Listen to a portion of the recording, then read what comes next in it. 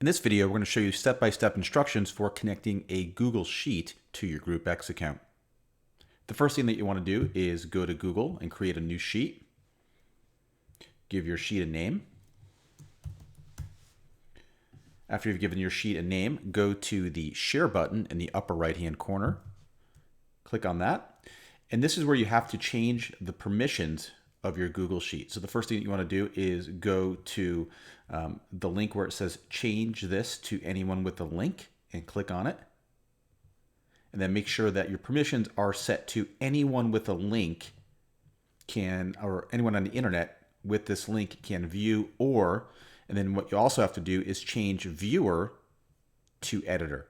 So anyone with a link on the internet can edit this sheet.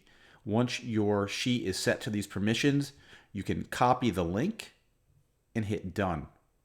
Once you've done that, go back into groupX, click on Google Sheet, give your Google Sheet a name.